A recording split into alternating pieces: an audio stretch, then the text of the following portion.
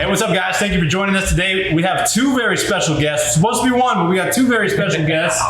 The man, the legend, he's an entrepreneur, business owner, motivational speaker, exotic car fanatic, amongst other things. So very grateful to have you here today. And Jonathan, we have our good friend Kyle Barker here today as well, all the way from Columbus. Yeah, man. And of course, Tim Sisler right here, of course. co-host. Of course. And we're just gonna have a conversation, play a game of pool, and share some knowledge with you guys. Hopefully it'll be valuable for you on your entrepreneurial journey. So let's go ahead and do the honors for us. Let's do it. What's team? I don't know, how about us two and you guys? Oh, dude, you're getting smoked today. I didn't practice today. Hey. Ooh, let's do this. You ready, guys? All right, let's do it. All right, so when was the last time you played pool? It's been a long time. It was probably at a bar. Yep. In college. And it was probably pretty close to that. Well, while we play, guys, we're going to talk a little bit about business ventures you guys are doing. I know you're running BuildWorks. Yep. Tell me a little bit about that. It's a construction company. BuildWorks Construction Group. Yeah. Started, this is our 15th year in business. Wow. Yeah. Doing residential construction. We still do some commercial stuff, but for the most part, it's residential. Stealing my shot, bro? You want to go first? Didn't you break? You broke, remember? First rule of entrepreneurship: take chances. Take chances. Take shots. I'm over here talking. I forgot. Right. So BuildWorks was started 15 years ago, and the construction business is what has led into all the other stuff: the real estate, the cars, the storage, the rental. It's what started it all. Was the construction deal. So look at my partner. I'm starting to sweat. I'm saying we might get in trouble here. I'll just shoot. Yeah, we're just. Hal, if you don't mind running this table real fast, we'll just Right, we'll have a conversation. Yeah, so We know who else we're not having on the podcast. We're going to be on our own podcast. so Whoa! Out of town. This is what's great. What else besides BuildWorks? So Real estate? Yeah, then once we started BuildWorks, then we got into, because we're doing construction. So we thought, why don't we buy some properties? So bought a couple distressed houses, darn it. moved into some of those distressed houses for a while, fixed them, still own them. They're not distressed anymore. And now we rent them. So then from there, we got the commercial real estate with you guys. Yeah. We bought Great terms, by the way. that is great. We bought a 45,000 square foot warehouse that is now headquarters for BuildWorks and our operations, as well as all my exotic car adventures. And Well, it's almost to full capacity, right? we are at full capacity and actually looking for another spot. Well, hey, I might have one for you. We've talked about that. Right. So yeah, we're at full capacity. All I wanted the building for was to house our construction stuff and have a place for me to store all my cars. And How many cars do you have now? 13. 13. That's a lot of cars. It's a mixture between cars, trucks. I even got vans. Tell us about your favorite car. I know you see the looking hat. Yeah, so a lot of people ask me that question. And my favorite car, every car is my favorite car when I'm driving it. But my all-time favorite car is the very first car I had. My dad gave it to me when I was 16, and he had it just before that, and it's a 1992 Volkswagen Cabriolet. It's every time I get in it, it brings back my entire childhood. And it has all the memories, the good, the bad, everything that I know about fixing cars, which is not that much, is because of that car, because it would break down on the freeway. And, dude, I can't tell you how many times that car broke down. Like, I hated it for years. I was like, I can't wait to sell this car. But there was just something intrinsic about it that every time I got in, I smelled the leather. And I remembered the trips with my dad. And I remembered it was the first car I had. And it's a storybook for me every time I get in. So that's my favorite car. That's awesome. Well, you didn't show up in that car today. You got a brand new. You got a Ferrari now. It was a Corolla. That's the Mustang. It's the Mustang. It's a yellow Mustang. Everybody's excited about. That's funny. I just saw Jonathan this weekend at a car show, and he truly is like a true car guy. Because for me, I'm like, oh man, look at this crazy Ferrari, this crazy Lamborghini. Jonathan loves every single car in that lot. Dude, yeah. And as much as I like try to hate on one, he's like, no man, like what you don't understand is like you can appreciate this about this car and this about this car. Yeah. He knows it, man. It's my passion, you know. And like I said, I bought a Mercedes Sprinter van. And Yeah. Yeah. And it is just like, I love that van. And like every time I walk past it, I'm like, man, I just love that van. And it's diesel and it stinks and it's old but I love it. Right. It's all the character. That's It's right. awesome. Yeah, every car is my favorite car when I'm driving it because they got a purpose for it. And there's a lot of guys that'll hate on that and they go, oh, you just need one or you just need two, or I can't, because every single one is special to me for a different reason. What's going to be your next car? Yeah, what's the next? Ooh, the next one. Probably buying that next week. I don't know. I got a couple on my list. Well, I gotta tell you, 2017 Honda Civics are pretty solid. I'll tell you what. You know, also probably one of the most popular cars on the road right now. And dude, like I said, Very. Whoa. I don't have a brand, but a 2021 RV. I think the Kyle's cheating. 2021 RV. Cheating? That's what Why you guys are talking? I'm putting them in my Watch hand this, while watch I'm this. watching this. Right. I'll scratch it. No, get out of the way. Okay. Next car, I don't know about the next car. We got a lot of Porsche guys coming at me because I don't have a Porsche.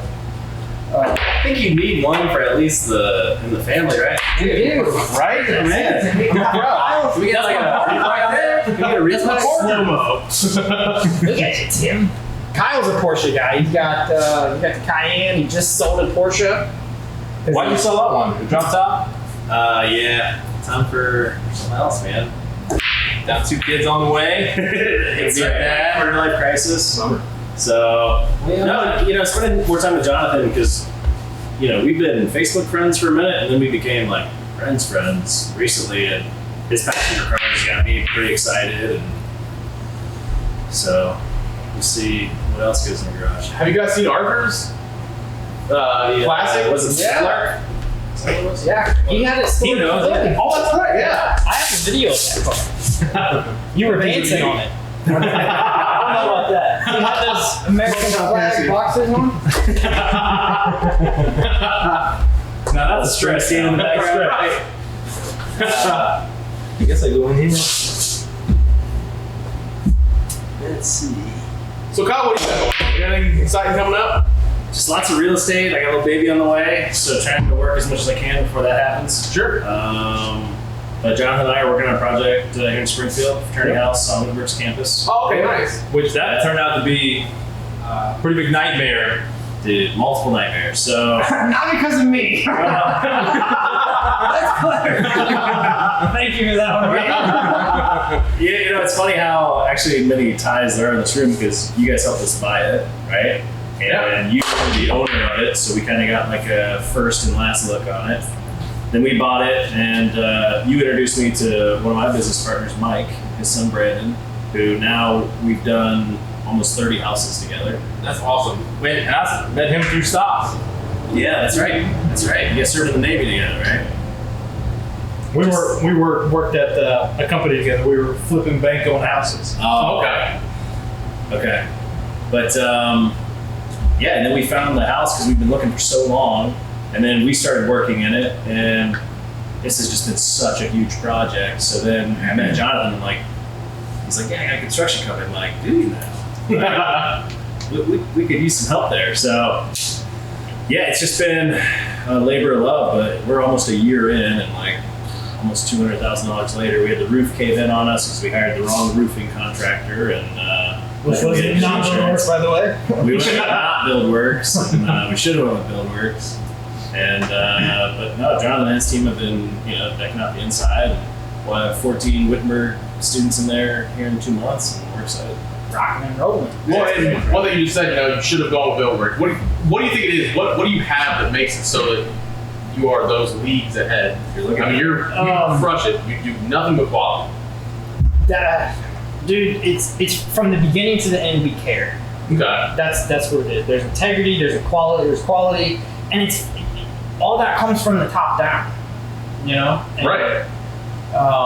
Now don't get me wrong. Every once in a while, you're gonna get a bad apple that comes through the program, but it's quality from the top down. And when you can instill that, and if there is a problem, making that problem right, because you're always a problem. Whatever you do in business, there's always going to be something that happens incorrectly or isn't the way that you planned. Sure. But if you face it, you take care of it, you do it the right way, and you just get it done. That's, there's quality, there's integrity. We've had several issues where Kyle called me and go, what are we going to do about this? I go, I don't know the answer to that right now, but I'm going to make it happen. And that's all he needs to know. And that's all our customers, look, I'll take care of it. Well, he knows that you're professional at using zip ties and duct tape. That's right. We are so good. Yeah. You know your way around. You should see how much stuff we have. Right. Dude, that's one of the things we were talking about in the mastermind today is like finding good people to where they take ownership in the property. You don't have to worry about it. It's done deal. It's going to be done. Yep. Quality work, and I don't ever have to call you and be like, dude, this is not working right. And if it is, I'm sure you'll come out and fix it. It is. And I treat them like they're my place, and that quality and that it's genuine, and people appreciate that. Yeah, and one important thing about that is like a lot of people will see you driving a car like that and be like, I'm not hiring Jonathan because he's too expensive. Yeah. In this world, you 1,000% get what you pay for. Absolutely. And as I've learned so many lessons the hard way by hiring the guy in the rickety old truck because his bid was really attractive. Yeah. Stuff's not done right. It's not done up to code. You end up having to fix stuff later on. Your roof caves in. If anything, we should be celebrating the people who are good at what they do. So who cares if they have a nice house, nice car? Right. They earned it because they do the job better than their peers. I was so worried about that for so long because somebody told me early on, don't buy a new truck, don't buy the worst truck, but just drive like a medium thing because you don't want your customers to think that this and get the wrong impression. And I did it. Yeah, I think Parker shot. I think it's Tim's shot. Okay, well, I Tim guess it's my shot, guys. Don't worry, I'll take the shot. I'm gonna win. Sure, it's Tim John. That's probably easy shot. Well, I can find a way to mess it We can rewind the camera. Nice shot. See, Ow! Nail got in his head. Nail in his head. So they said don't drive the nicest thing. Don't do it because you don't want to come off as if you're being super successful. Sure. Well, then what I started to learn as I started working for successful people I'm rubbing off on you. is that the successful people, they don't care what you drive. They don't care where you live. And as I started to do nicer things, as I started hiring other people to do stuff, I want the dude that's winning already. You know what I mean? Like I don't want the guy that's dirty and smelly and I don't care if you're dirty and smelly, but I get like that all the time. But, do you know what I mean? Like I don't want the guy who doesn't look like he's leading success. Yeah. Right. You want quality. And there is if you show up, and this isn't true in every instance, but I found it to be true for the most part. If you don't have quality in all these areas of your life, if you neglect your truck and your truck looks like crap and you don't dress well and you're all of these things that look neglected, it's pretty difficult to be squared away in just one area and not be squared away in all these other areas. 100%. So, when I see that with people that we hire. So that's one of the things I'm looking for. And Smelly dudes with dirty and smelly, bro. So, stops. Is it my shot? I think so. Yep. All right. So anyway, look quality, look the part, and everything we do, I do with excellence. Here's one thing. There's a difference between perfection and excellence. I don't expect perfection out of anybody, but I expect excellence. So, like, on this shot right here, perfection would be going around the 8 ball, hitting the 9, hitting the 11, and sinking the both. Right? Yeah, there, I called it. That would be perfection. The chances of me doing that are probably pretty slim, but I'm going to give it my best shot, and that's excellence. Got So, you know what I mean? Yeah. So if you attempt to do something, I'm never going to knock anybody's hustle if they try hard. Right. So if you attempt to do something and do it in an excellent manner, you know, that's all we can ask of. If you don't achieve the exact goal, you know, that's okay, go again. So, so I tell that to the guys all the time. There's a huge difference between excellence and perfection. Right. Strive for excellence. I'm not concerned about perfection because if you continue in an excellent manner, you will start to strive. Right. Well, I mean, if you take that shot and you cut the 6 into the other one and you miss, is the game over? No, you get to shoot again. No, you're gonna take another shot unless That's right.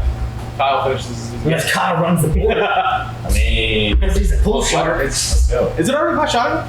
No, not yet. It's Kyle's shot. Who just shot? You just shot. I just shot. Alright, let's see. Guess I'll go in here. Watch this Come back. on. Yeah, I don't know. Calculated risk. 3 walls. Oh! Go in! Oh! Look at that. Get the hole! On that one. Don't breathe, guys. Don't breathe. Right. That's a full out. You saw me. I didn't jump. That's your house. No, that's the one with cutthroat. Yeah. All right. Yeah, just bring it back to the line. Yeah. All right. John, what's something you've learned? What's a lesson you've learned recently that's paid dividends? Whew. Gratitude, baby. Yeah, I like that. You know, you want to get deep for a minute? Let's do it. Let's do it. Let's go. All right, so it doesn't matter if you're Buddhist or Hindu or Christian or pool shark or an atheist. It doesn't matter. At some level, you cannot not acknowledge that there is a higher power, spirit, being, God that is creating things around us, right? So if you can say, hey, there is something that makes the plants grow, there's something that keeps your heart beating, and you can acknowledge that there's a higher power, the higher power is what helps provide you. You can call it God, whatever you want to call it. That higher power provides you with things that you can't do yourself. We've all been in situations where we're like, dude, there's no way that I made that happen when it worked out. So just like if you are poor and you hang out with a bunch of rich people, you're eventually going to start getting little glimpses of wealth, and you are going to benefit from hanging out with wealthy people. That's the same way that you are when you connect to God and connect to Spirit, right? And God and Spirit talks to you through gratitude. That's His language. So if you talk to God through gratitude and be grateful for the things that you have, and you're consistently living in gratitude, you get closer to Spirit, you get closer to God, you get closer, and you just continue to reap more benefits. How do you connect to that energy on a daily basis? Through gratitude, through meaningful gratitude. Like in the morning, you wake up and you're just grateful. Dude, it's not just a one. It's all day long. Like the fact that the 4 of us, the 5, the 6 of us, can get together here and talk about this in this space is phenomenal to me. You know, you can go through every single thing, and you can call it thankfulness. You can call it whatever you want. But there's nothing that you have that you can't be grateful for. And you just stay in that consistent mindset, you know? Dude, there's a documentary called, I think it's Happiness or The Happy Project. And it was about a family in India who lived in a mud hut. And the guy was a rickshaw driver. So he's basically a taxi driver on foot. Okay. And he carries people on his cart. And, Tough job. But they talked about how somebody from our eyes would be considered as low on the poverty scale as possible. They were so happy because they had their health, they had their family. He went out and he worked all day, and he came home to his wife and kids, and like all I had to worry about is, hey, what's for dinner? What are we having for dinner? And life was so good because it was their perspective. Exactly. That's what they focused on. Yep. So with the practice of gratitude, you focus on the good things in life, as simple as the sun's out today, or my coffee's hot this morning, or everyone's healthy in my family, as opposed to a lot of times with life, especially the American dream, is mortgage, I got bills to pay. Oh, my new cell phone plan is $10 more. Oh, my high school girlfriend cheated on me, or all the things that we're stressed out about, as opposed to just appreciating all the little things. Right. It's what you focus on. That's exactly You right. focus on all these negative things, you have a negative life. That's exactly right. And in America, we always want more, right? I need another house, I need a bigger house, I need a faster car, I need all these things, which are great. But you still got to bring yourself back to appreciate whatever it is. And so many, I didn't understand this for so long because I went through a lot of struggles. We lived in a bad neighborhood in a tiny little place that was old and nasty with bad neighbors, and I've driven beat up cars and have worked. It's you see the houses and the real estate and the Ferraris and the stuff and dude, it's been 15 years of punching every day, being dirty and smelly and working 120 hours a week and pushing through for that stuff to happen. And now, every time I get in my truck, I got massaging seats in my truck. I get in the truck and I'm like, it's a little hot. I better turn the air conditioned seats on. I'm a little not feeling good. I better turn the massagers on. And every single time I do that, I think about every broke down pickup truck that didn't have air conditioning. And I sit there just in appreciation and like, thank you for, and you can say thank you to yourself too. You can say, look, I worked really hard for this, thank you. But there's opportunities, there's chances, your health, there's things that are around you that you had no control over. And when you acknowledge that, it brings you closer to spirit. And the closer you are in proximity to that, the more you're going to benefit. And I think there's something to what you're talking about before when you're like, you are who you surround yourself with. And you're talking about being around wealthy people. There's a beauty to me of first generational wealthy people. Absolutely. Because those are people who didn't grow up that way. Yep. They had to work hard for it. They had to grind. They had this gratitude, appreciation, and this creative mind that comes with it. And there's probably something to be learned from somebody who's maybe second or third generation wealth, right? Absolutely. Because their perspectives may be different. They were taught things at a young age that we had to find out later in life on Yeah, our own. you're 33 years old going like, oh, why didn't I know this? But to me, it's that grit, it's that grind that I'm so attracted to. That again, I still like whenever I talk about you to people who don't know you, I'm like, I've worked with so many realtors in my life, and I'm like, Arthur Solomon would run up to every door. And then there were properties who'd be like, hey, what do you think about this one? He'd be like, I don't know. And you just go knock on the door. And be like, hey, you want to sell your house? And like anyone else would be like, nah, you're not supposed to do that. The rules, state you're supposed to just write a letter and like ask them, can I, like, no, you don't get ahead in life by like wondering what if. And like, again, man, that's why I love that we're friends. Like, since we've become friends, I love talking about like that kind of stuff with you and how you grew up. And dude, you need a whole other episode on you and Sam's first house. Like, I love that story. Where like everyone's gonna be like, oh, John, you live in this great house, you have all these sweet cars. It's like, again, you didn't see the grind to get there, or the sacrifices, or as you say, punching every day Here's to what it was. finally break through. So I talk to my brother about this all the time because my brother, same deal, he lives in Nashville. He's hugely successful now. He's enormously successful. And we talk about like, dude, be a fist. Like, that's what we've been. We just punching every day. And I don't think that you can get out of that. I think sometimes your knuckles are a little less bloody than they are in other times, but you have to punch through that. And there is that grit, there is that grind. But you learn from it. You're talking about second generation wealthy. We're in that spot now where I'm transitioning from being business owner, business operator to CEO, where I'm not having to work as much in the business and I can work on it. Because I've heard that my whole life. Get out of your business, get out of your business, get out of your business. Work on it, not in it. But I didn't know how.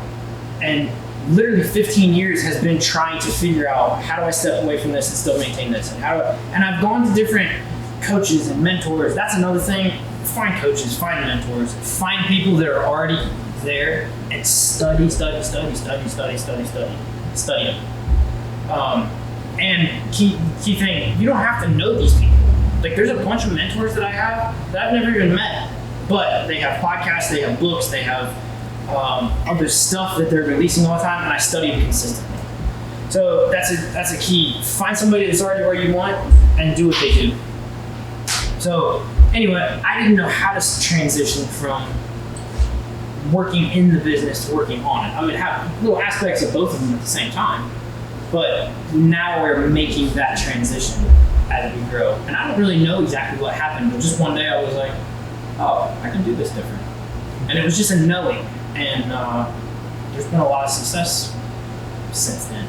But, and I don't know if this is true or not, but I feel like I had to go through those other steps.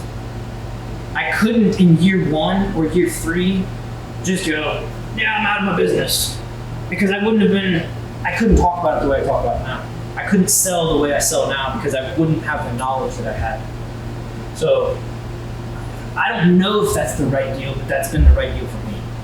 Yeah, I feel like you're right, man. There are stages in all of this, right? And a mentor, I think, you're not skipping steps. It's not like Mario where you like go through the ceiling and you get to like level 50. You know, it's just a mentor is going to just help pull you through faster, right? It's the Mario star. That's just zooming through, as opposed to you're not going to skip steps. You got to go through those steps. Otherwise, like you're going to have to go back and retrace them to something. Exactly. Yeah. And that, all those failures. Here's a good example, and I've told you this before. People will say to me, hey, why are you willing to take such a risk? Wheel Street, this property we bought. Nobody would finance us. Nobody wanted to do the deals. Nobody wanted to take it because everybody thought it was such a big risk. And that was everybody else's perspective. And they're like, why are you doing this? You're crazy. This is going to cost so much money. This is a big risk. Well, I have failed so many times over the last 15 years. And I said, my risk muscle is pretty big. I got big old risk muscle. You know what I mean? Right. So, because you, just like with anything else, you do it enough times and you learn the best practices and the way to get around it. So for somebody else that hasn't failed a billion times, they don't know how to get out of it and they're going to get caught in the same traps that I've gotten caught in. But that's why Wheel Street wasn't scary. Because it was Wheel Street was a 45,000 square foot, 900 square foot house to me. You know what I mean? If I can do it on 900 square feet, I can do it on 45,000 square feet. Dude, that's exactly the feedback that you just said. Yeah. People were afraid it was too risky. Yep. People didn't have the vision, and then all of a sudden you come in, you got the place packed down. Yeah, you it's got totally boats, packed out. You got cars, you got your construction company out In there. 9 months, we were at full capacity. You had a vision for it, I did. and you had the risk tolerance for it. That's right. And I feel like a lot of entrepreneurs, they get scared, they get stuck. Yep. They don't want to take that leap of faith. Did. But you have to. I mean, as an entrepreneur, that's you live by Yes. by faith. By risk, baby. By faith. We were just talking to Rudy Moschetti about this exact same thing.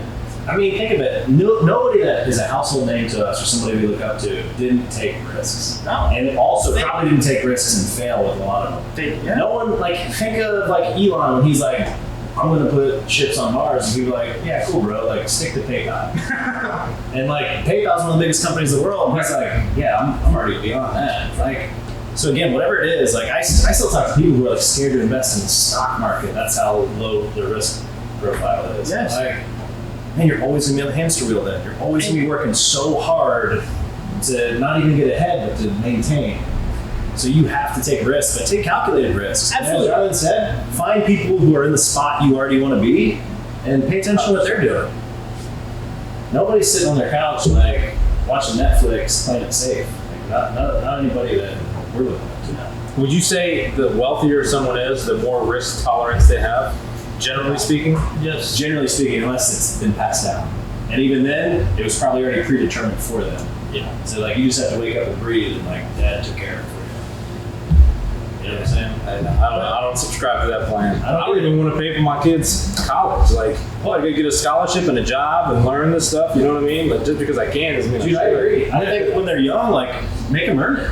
Well, yeah, I mean, you started your first business gathering golf balls and selling them. Right. You know? Yep. Like, how old were you when you did that? 12 years old. You know, so that's stuff that you could pass on Nobody cares about that, but yeah, I hear what you're saying. No, that is telltale because either your parents instilled that in you or that was the way you were wired. We were broke, so I had to go make some extra money. That's right. But I'm not in the position to where, like, my kid's not gonna be broke, but I don't want him to be like. still teach him. Have you guys ever read the book Millionaire Next Door?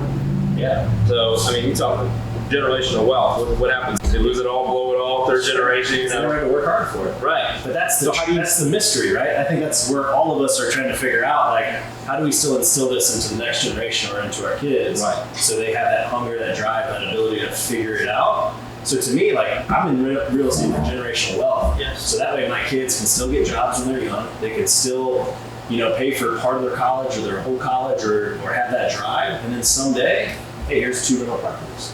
Hey, here's 4 rental properties. Hey, here's 10 rental properties. By then, they've already figured it out.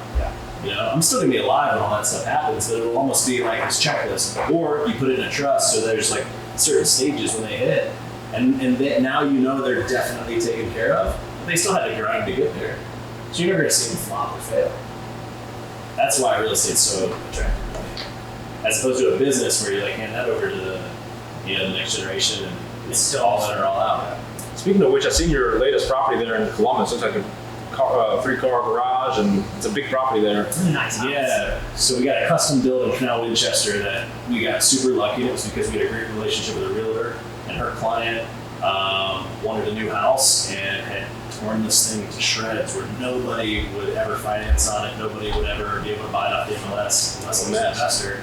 So we got to buy it off our deal, and we're fixing it up. It's awesome. I get to, most of the time we do multifamily or kind of lower end units, and this one I feel like a Picasso on a pallet, right? Where I get to pick high end finishes and build bathrooms. It's been fun. You gonna start your own TV show? Market Do it, Property bro. Ventures? I need see, we can do that. We need like the pretty girl that everyone wants to pay attention to. They're like, yeah, Kyle, I'm done. We need Dirty and stinky. you need something to look at, Yeah, whose shot is it anyways over here? It's my shot. Actually, It's always my shot. I don't know, dude. I think I actually took the last shot. You want to go again? Absolutely. Oh yeah. now how about you? What's going on for the Solomon team? Well, Cat's a good team. Uh-oh. And we just won the game. You can't win the game when I'm here on the podcast. Oh my god.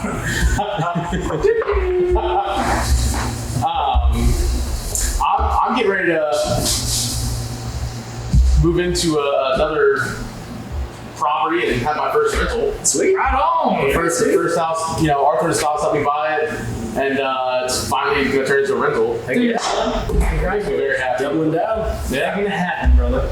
So, and then just from there, I'm going to do the bird strategy. So it's going Dude, I love it's going to take off. So, Yeah. it's You want to snowballs. tell everybody what burr is? It makes you a millionaire in 3 days. All you have to do is sign up for my course. Yeah. It's $1,100 a day. No, basically you buy a house. Yep. You hire someone, What does it stand for? Build? build, buy, refurbish, rent, refinance, Repeat. and repeat. Yeah. So. Buy, Speaking renovate. of the other member of the Solomon group, Speaking of the new edition, what's going on? Yeah, so that's basically We're just trying to find out market deals, man. The market's so tight right now. I've got some 1031 exchange money. I just locked up that property down here, like 4 houses down. Tim's already brought a buyer. Yeah. Made the whole thing happen. Trying to put win-win deals for everybody, man. And we've got a ton of people looking to buy, make some moves, and investors. I mean, Everyone's coming in here. Springfield, but, Springfield's blowing up. it's blowing up. I can't wait to see what the next 5 years. I mean, with Dude, when we were looking at that fraternity house 3 years ago, you were basically like, hey, pick a house. We can go buy it for like $20,000. Any house you want, right? And then we had the one. I wish you would have bought a portfolio. You had like what, 40 houses or something? 20 houses. Casey? Was that 18? I think it was Casey. oh, don't say the last name. Yeah. Schmacy. Now like you can't even get a fixer-upper for the price that some of those properties were, and it's just the Springfield real estate market is just hot. And that's because Columbus is blowing up, and then people are going to Dayton, and they're like, "Hey, Springfield's this awesome place right in the middle." And then you got Urbana. I mean, all these surrounding areas, even Zanesville on the east side, like there's just out-of-state money coming in. Yeah, I'm that's here to what's serve, baby. Some of these California buyers, they're coming in, they're buying this stuff cash, no appraisal, no nothing. So it's making it difficult for the average Joe. Those are pretty solid. We buy them and My sell shop? those guys. I think so. Yeah. All right, well, sorry guys. Is it? Put her in there. Take a shot. Try to get this into this time. But yeah, we're excited. We expanded the office here. We just had the grand opening and the parade, so we get to be a part of the community here. Small little town, but Dude, this office is beautiful, man. I mean, thank you. Appreciate that. so much room for activities. Right. I feel like just the possibilities are endless at this place. Can we just become best friends? Try to bring back your drum set. All right, I'm gonna try. That's what I was trying to do. All right, Tyler, they were keeping it interesting. Well, I got one. There you go. We got some special gifts for you guys. Yeah. We'll have some attire afterwards. Get you some song swag. Everybody that comes on the podcast gets some swag. I'm gonna need that in a sleeveless shirt. I got some scissors for you. That's called giving you the shirt off his back. If you guys didn't know, I only wear sleeveless, Mediums. Extra medium. extra small Extra small.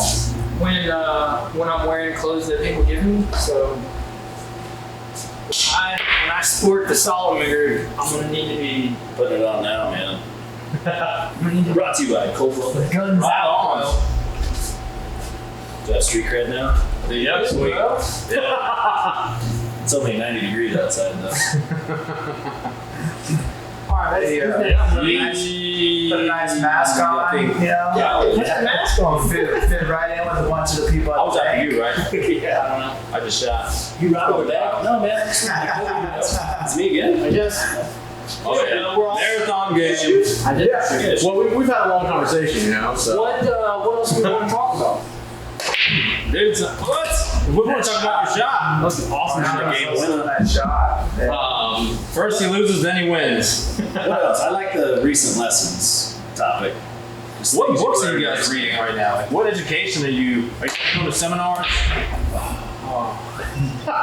Are you guys going to like the Ryan Stewmans and like all these guys like the Sean Whalens? Like, what do you do to like stay motivated on a daily basis to like knowledge, like so just to meditate on that knowledge on a daily basis? Like, what's the routine look like? I study, and this sounds crazy to most people, but I'm studying probably 6 hours a day. I have. What are you studying right now? There's a book by a guy named Wallace D. Wattles called The Science of Getting Rich, and I study that. I read that book, some portion of that book, every day, and I listen to it all the time. So it's the I'll have to get that. Wallace D. Wattles, Wattles. Wattles. Science of getting Science rich. of Getting Rich. I like it. So I study That's why I put some backspin up there. What are some of the main concepts of that? The Science of Getting Rich is a book strictly about wealth. And he's talking about wealth in strictly a financial standpoint. And what he's talking about is that you cannot to be truly beneficial to everyone, you need to be the best version of you. And the best version of you is a wealthy version of you.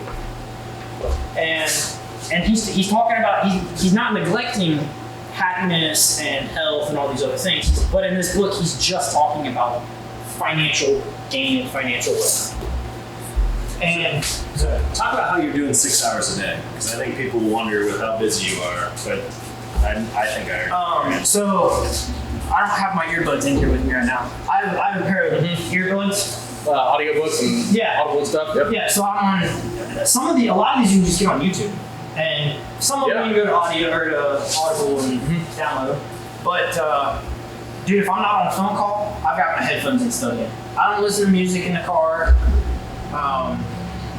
I have downtime for myself where I'm just reflecting. We were talking about this the other day when you're driving, you just zone out. If I'm driving, I'm headed to another appointment, or if I've stopped by a job site and I'm waiting and I'm studying. And So that book I study, The Science of Getting Rich, is all the time. And a lot of people have mixed feelings about Mr. Grant Cardone, but 10x, baby. 10x. There's everything. dude. So here's something that people say. They say don't study a lot of different mentors, and I agree with that to a certain extent because lots of people have different ways of doing it. And you can get over-calculated because if you're saying something, you're saying something, you're saying something, and all of you disagree, then I'm stuck and I don't know what to do, so I just sit. But I pick out the good things from every single person, and then I put them all together and I go, okay, can this make me successful? And so there's a handful of people. Bob Proctor, if you've never heard of Bob Proctor, you gotta check that out. I do mentorship and coaching through Bob Proctor's program because I got into it. And the other thing that you'll find out is that wealthy people pay for mentorship. Yeah. And to get in proximity to the people that I want to get proximity to, they don't have time to just go sit down for lunch with me. So the only way to get their time, whether you like it or not, is to pay for it. And so I spend a lot of money every year on personal development, tons of it. Whether it's books, podcasts, going to seminars, meeting people, buying other people's coaching program. I mean, I'm not spending $1 million a year like Tony Robbins, but somewhere between $40,000-$60,000 a year on personal development coaching. Because dude, that's exactly right. Because people will say, man, you paid $60,000 a year for coaching programs and to get into what? Yeah, okay, but if you paid $60,000 for it, but one idea brought you $1 million contract, what's the difference? Right. Listen to this. So we've got one other deal coming through, and if that deal comes through, which I think it will, we will close $960,000 in the last 30 days. Wow. And that for me is like, you're talking almost $1 million in a month. From a guy that was working out of a beat up pickup truck. And for me, that mindset shift was huge. What is that? And I can attribute it to paying for mentors, being in proximity to people. Because if you're not around people that make money like that, you don't think that that's possible. And if you do think it's possible, you get distracted by all the other people in your life that say it's not possible. But when you get around a bunch of other guys that are making $1 million a month or $1 million in a week, and you're like, oh, if he can do it, I can do it. You know what I mean? That's just right. You get around Tim Sisler and you're making $1 million a week. Yeah. Then you can make that stuff happen. So pay for mentorship. So I listen to Grant Cardone a lot. I study Bob Proctor all the time. Wallace Waddles, I've been digging into that book for, a month and a half now. I read it every day and I listen to it every day. Jonathan, did you ever get uncomfortable making money because of how you grew up? Bro. Dude, all right, listen to this. So forever, that's a great question. So I thought for the longest time that, I'm talking until I was 21 years old, 22 years old, that if I could make 60 grand in a year and I could buy a BMW, that I'd make. I was like, I was done. If I could make 60 G's and I'm talking in a year, I'm not talking in a week and a month, I'm talking if I could make 60,000 in a year and drive a BMW, that I was just on top of the world. I thought I was a king. Well, I did that, and then I was like, it opened my eyes to another step. I was like, oh, there's more? And it wasn't even big. I was like, I can buy another BMW because I love cars. So whatever it is for you. But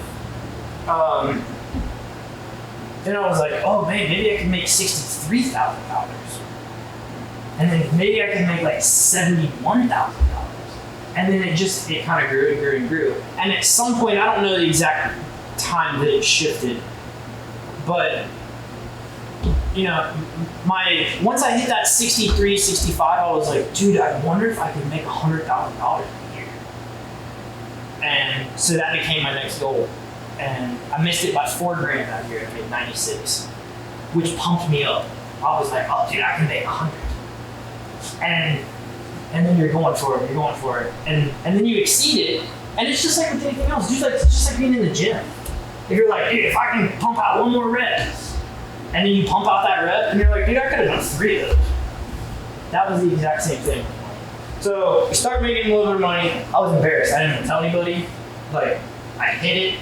We bought that first BMW, and we didn't drive it to family events for. Yeah. Dude, for probably, I told my mom and I told my dad, I was like, dude, you're not gonna believe what I got. But like, we didn't take it to family functions.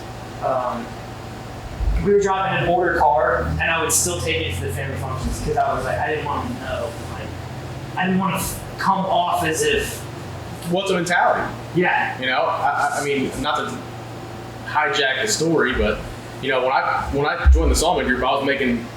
In my other job, every year I bring home after tax probably $20,000 a year. Yep.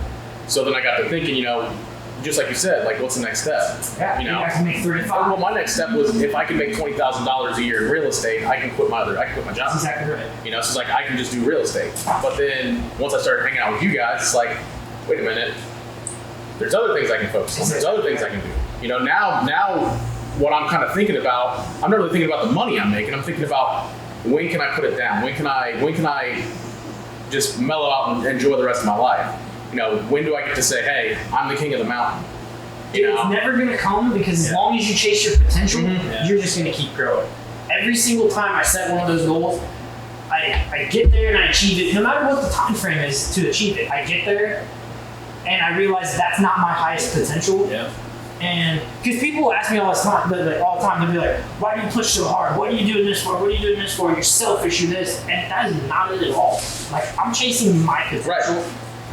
And I'm not in competition with Kyle, I'm not in competition with you, I'm not in competition with you. I'm doing my own thing based on a creative basis of my own potential. And as I chase that, if I hit that $100,000 and $100,000 is my potential, then you're good. But it's not. You're never gonna. So there'll never be that time to let off the gas when you learn how it works. But to what you're talking about, man, our mind can be a trap. So you remember how you're like scared to take that BMW around your family? Yes. I was the same way. When I started a company and started making money, I felt like I didn't fit in anymore. Yes. Like I had to almost like reframe the way I was thinking. But then I would catch when I would hang around certain people, I would regress or go back to the way I was before. Yep.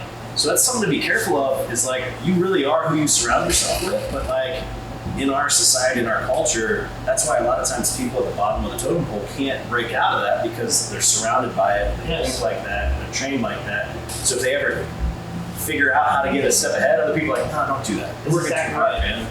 Like, hey, just come chill, just come relax, come play video games. It's just like that proximity. If you're in proximity to wealth, you will grow in your wealth. You're picking up on these little tips, Right. see how they think and how they operate. So it's not like, I'm just pretentious, so I hang out with rich people because it makes me feel good.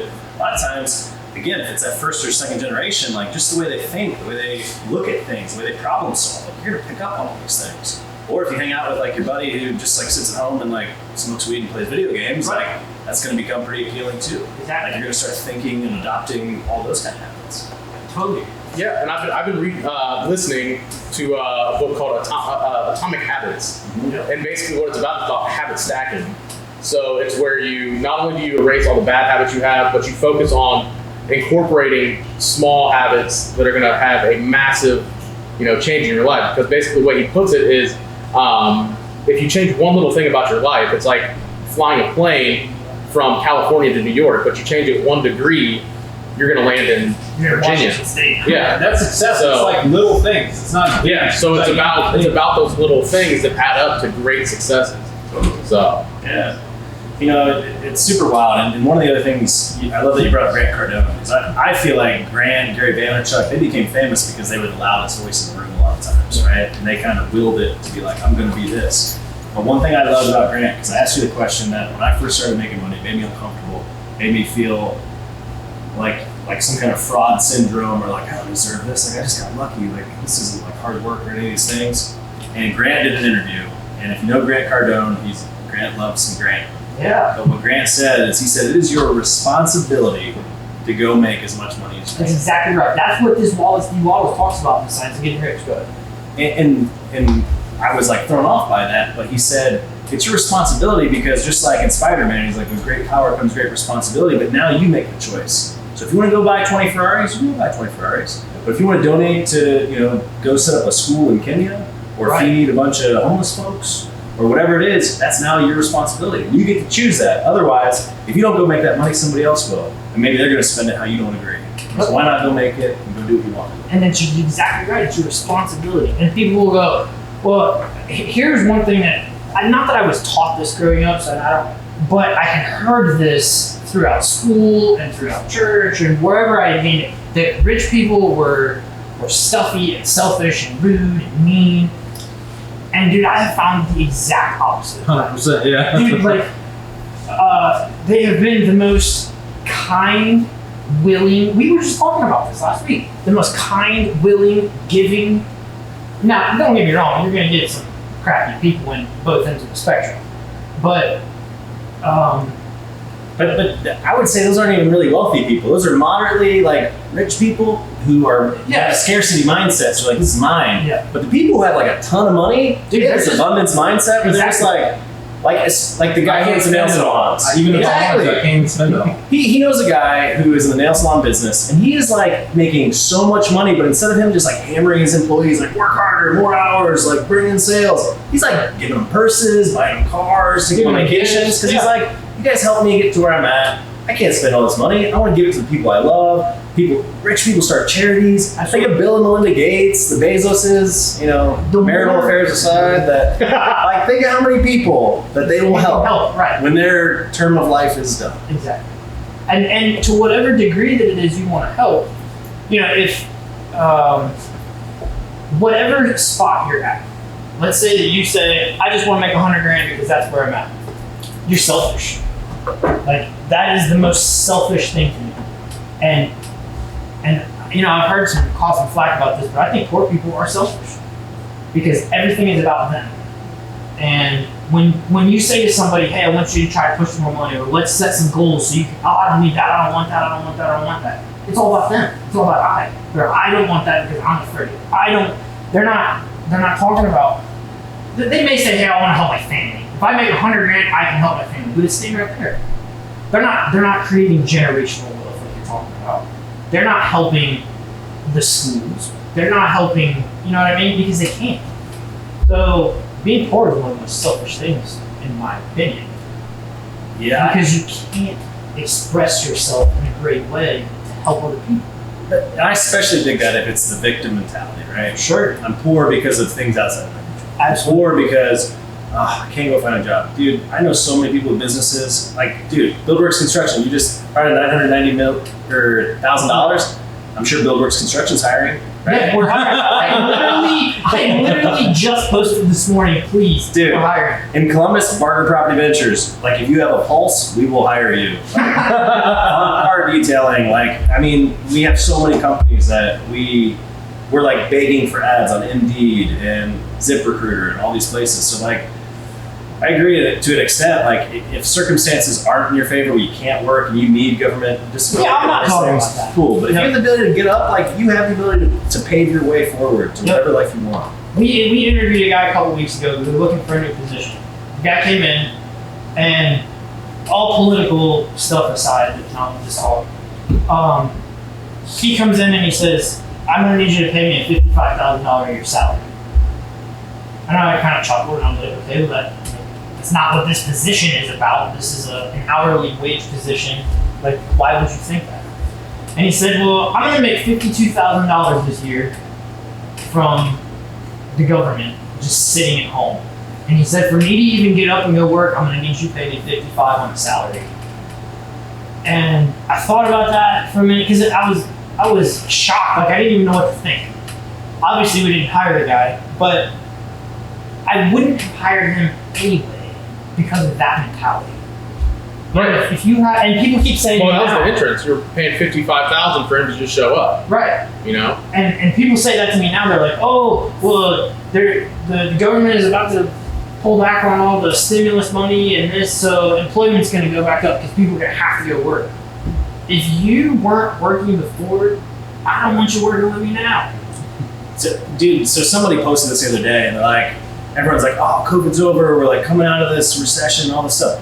Dude, if you couldn't figure it out in 2020 when the chips were stacked against you, 2021's not going to be your year. The people who were putting in the work last year are way ahead of you now. Like, no one's like, oh, it's time to wake up and get back to work now. Like, oh, it's been a good year off. Dude, people who are making it happen were like working through it. COVID wasn't an excuse. It was like, oh, I got to spend more on like safety materials and things like that. But dude. Well, there's people who evolved last year. I mean, Eric Mata, for instance. Eric Mata, dude. yeah, he had started. Boy. Yeah, I mean, he had started that OVI program, and then out of that, he developed his video productions. Yep. And then out of that, he started a t-shirt company. started a t-shirt company, and now he is killing it. Yeah. You know, That's a prime example, right? It's because he sees the moment, made it happen. So And just like you said, any of those people that weren't doing it, like, we're smoking them out because they slept on it. You know? Yeah, but don't let that be an excuse to be like, oh, No. I've already missed my opportunity. No, what is the age-old fable? The 2 best times to plant a tree were 20 years ago. Right and today. now. That's right. Not tomorrow. Yeah. You missed your opportunity 20 years ago, so right now, let's go. So Like that book, The Science of Getting Rich, talks about that. He says there's never the time that you want to go do it will be the perfect time for you to go do it. And you don't have to live in this competition, because if you operate from a creative place, God, spirit, universe, whatever you want to call it, will allow that, will provide for you in that space to grow. It doesn't matter if you started doing real estate 200 years ago. Well, maybe, I don't know if real estate, thank 200 years ago, but you would have been successful 200 years ago. And it wouldn't matter if you did it now or in 60 years, you would still be successful at what you're doing because of the way you're doing it. So, well, I think it's just like when you get a car. Like when I went and got that Ford Escape I had, I hadn't thought about Ford Escapes, you know. And then once I got it, once I started looking into it, guess what I started seeing everywhere? Ford Escapes. It's not because they just started showing up, because I just started noticing it. I started seeing like, wow, that's weird. That's the 15th Ford Escape I saw today. You know, now that I have that Honda Civic, guess what I see everywhere? Honda Civic, baby. Same color and everything. You know, if you look for it, you will find it. That's exactly It's right. whatever you focus on. For sure. Mm-hmm. And that's another thing too. Once you start thinking like that, entrepreneurs, it's opportunities. Mhm. You have opportunities. It's not like, oh, I'm just a construction guy, or oh, I'm just a real estate guy. It's no, you start learning how to problem solve, Right. and then the problem will be all the opportunities you have. How do you pick the best ones for the return on your time? Sure. The return on your resource. You can get wealthy and successful in any business 100%. if you do things in a certain way. And that certain way has to be. Yeah, we just had this conversation. He's like, it's a recipe. It's a recipe. Exactly. Life. There's a recipe. Right before B, B is between A and B. Read this book, The Science of Getting Rich. He says it's literally a mathematical equation. Yeah. You do this, you do this, you do this, you do this. You cannot help but to get success and wealth if you put these practices in place. See, that's really interesting. That multiple entrepreneurs we've talked to today have the same exact mentality. Have the same idea. You're not rewriting a book. No. You're following You're following the recipe Yeah. for success. It's Yeah. the recipe for success. And again, the more you do it, the easier it gets. Mhm. Right? Well, yeah, I mean, just like Massimo Bottura. He's an Italian chef, Okay. but he can make the best noodles you've ever had out of just his head. He's created those habits, and now he can just go to work and just make it happen. You know, but he had to learn that somewhere. Absolutely. You know, he had to learn the recipe. Maybe he learned from his grandma, but now it's imprinted in his mind, and now he just goes and does those things. You know, so it's developing habits. It's following the recipe for the habits, and then you can make it happen. Like I said, you make everything work for you.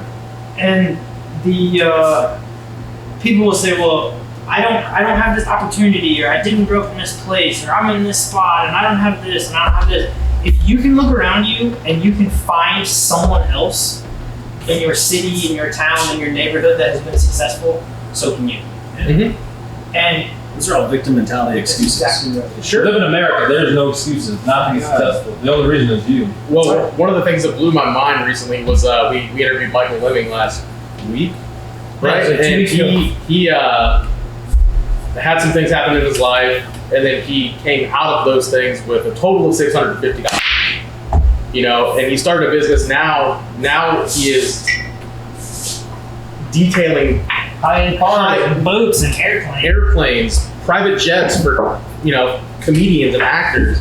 I mean, and he started with $650. That's right. But guess what? And I don't know the story, but my guess is at the time, whatever bad stuff happened, probably felt like the end of the world. Yep. But now it might be a blessing to be like, if that bad stuff didn't happen, I might have continued on this path and led this life that's not as wonderful as what I'm at now. He said that while he has regrets, he would not change any of it because It's what where he is now That's right. because of it. So. And it's the reason that he has spent his background in gratitude. Because he can look back and go, I had this problem, this problem, this problem. And I'm so grateful now that I am where I am, and I'm grateful for those problems. And it has created this Right. success. Well, like you said, if you look back at all the trucks that didn't have air conditioners now, you know, Yeah. it gives you at least an appreciation for what Living you in a have. house with, no walls. Yeah. But look, I mean, we took up a lot of your guys' time, That's so your much guys' value. time. I know Yeah. you guys It get a was lot of heck value. of a conversation, though. Yeah, Jonathan, where can people find you on social media? You can follow me on Facebook at Jonathan Slark, on Instagram at one King Johnny, Jonny. TikTok at one King Johnny. DM me and I'll give you my OnlyFans. He's not kidding. But, Yeah, this is not as casting, yeah. yeah.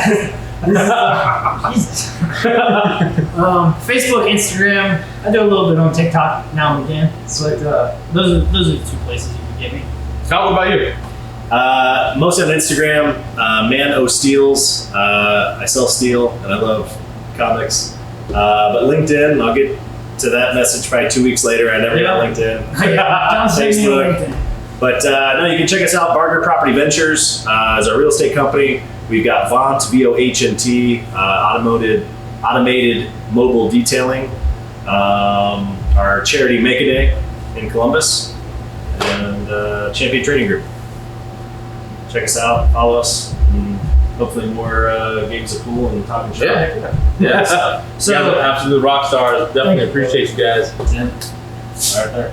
Always a pleasure. I think this is the third time you've been on. I'm always like a sneak guest appearance. Yeah. You're always welcome here. Yeah, absolutely. You guys ever drive by, you're like, hey, I'm just gonna stop in here. I'll shoot you a lockbox. You can just come in here. Hang out. Sweet. Yeah, hang out, grab a beer, grab some coffee, whatever. So another good friend of ours told me that Stalin actually means Man of Steel. Man of Steel. Yeah, that's what I was just thinking in my mind, actually. I'm like, is that a play on words? Ooh, very cool. I didn't know that. So I'm Good gonna appreciation. I'm gonna start calling you Stalin. Fantastic stuff. All right, guys. Well, thanks for tuning in. We'll see you next time. See you guys.